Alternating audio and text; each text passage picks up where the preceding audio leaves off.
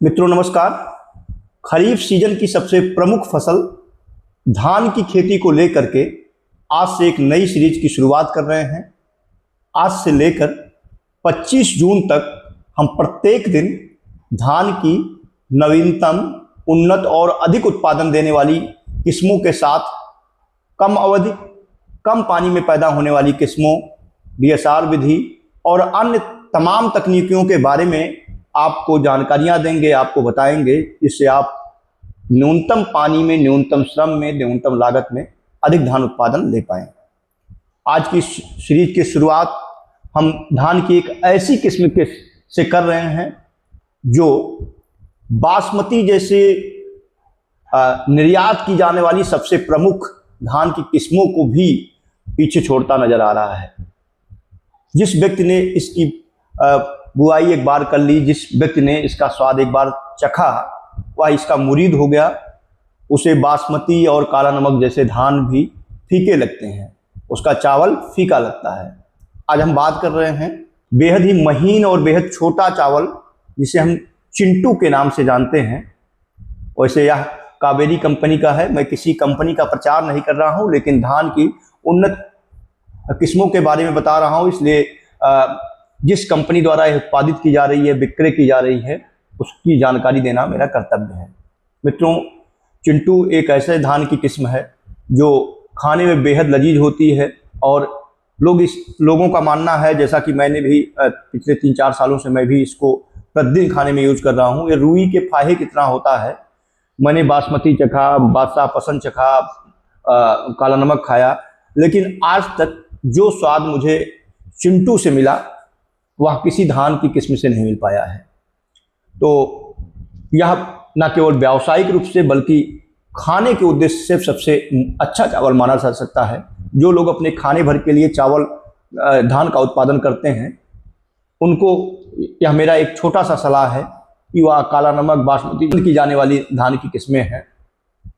उसके साथ इस साल कावेरी की चिंटू का भी उत्पादन करें, उसकी भी बुआई करें, चाहे वह नर्सरी विधि से बुआई करें या डीएसआर विधि से करें, लेकिन एक बार इसका बुआई करें और जो लोग इसका बुआई कर रहे हैं उनका फीडबैक भी लें, और जिन लोगों ने इनका स्वाद इस धान का चखा है उनका भी फीडबैक लें। मित्रों, जो लोग चिंटू धान की बुआई करना चाहते हैं, अगर वो नर्सरी विधि से करना चाहते हैं, तो अधिकतम 25 मई तक इसकी नर्सरी जरूर डाल लें, क्योंकि यह एक अधिक अवधि वाली धान की किस्म है जो 140 से लेकर के 150 दिन में पक करके तैयार होती है। और अगर इसके दानों की बात करें तो ये बहुत ही महीन और बहुत ही पतला चावल होता है। देखने में छोटा, बहुत सुंदर, और जितना सुंदर देखने में होता है उतना ही ज़्यादा यह खाने में भी अच्छा माना जाता है। अगर इसके उत्पादन की बात करें तो प्रति एकड़ चिंटू चावल का उत्पादन 25 से 30 क्विंटल का पाया गया है। और जो किसान भाई इसकी नर्सरी डालकर बुआई करना चाहते हैं, इसकी रोपाई करना चाहते हैं, उनके लिए जानकारी है कि अगर आप 1 एकड़ खेत में एक प्लान कर रहे हैं कि हम चिंटू धान की रोपाई करेंगे, तो 8 से लेकर के 10 किलोग्राम बीज की आवश्यकता पड़ती है। और लगभग मैंने पहले भी बताया कि 140 से 50 दिन में ये पक करके तैयार होती है। अगर इसके पौध से पौध और लाइन से लाइन की दूरी की बात करें तो लगभग 20 सेंटीमीटर गुणे 15 सेंटीमीटर की दूरी पर इसकी रोपाई करना उचित होता है।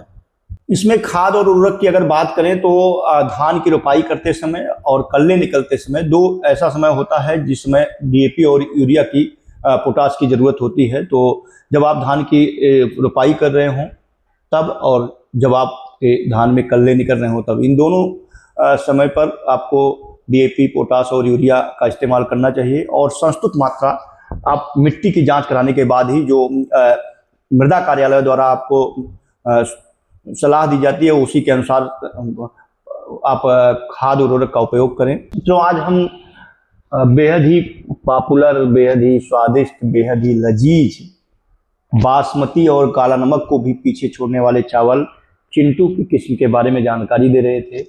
और यह एक बेहद ही स्वादिष्ट चावल है। अगर आप इसकी रोपाई करना चाहते हैं या डीएसआर विधि से बुआई करना चाहते हैं, तो आप समय से इसका बीज अपने नज़दीकी दुकान से क्रय करें। और आज मैंने आपको चिंटू धान के बारे में जानकारी दी। कल आपको मैं जीआई टैग प्राप्त काला नमक धान की उन्नत किस्मों के बारे में जानकारी दूंगा, नर्सरी डालने के समय के बारे में जानकारी दूंगा, उसमें एरोमा कैसे आए उसके बारे में जानकारी दूंगा, क्लाइमेट और मिट्टी क्या कौन सी मफूद होती है काला नमक धान की खेती के लिए उसके बारे में जानकारी दूंगा, और बीज कहाँ से प्राप्त करें इसके बारे में जानकारी दूंगा। आज शुरुआत है, हो सकता है कुछ जानकारियाँ मिस हो रही हैं, कुछ जानकारियाँ छूट रही हों, लेकिन अगले 1.5 महीनों में धान से जुड़ी हर छोटी से छोटी और महत्वपूर्ण बिंदुओं पर मैं आपको जानकारियाँ दूंगा, एक्सपर्ट से बात करूंगा, उनकी भी जानकारियाँ आप तक साझा करने की कोशिश करूंगा। आज के लिए बस इतना ही, इजाज़त दीजिए, नमस्कार।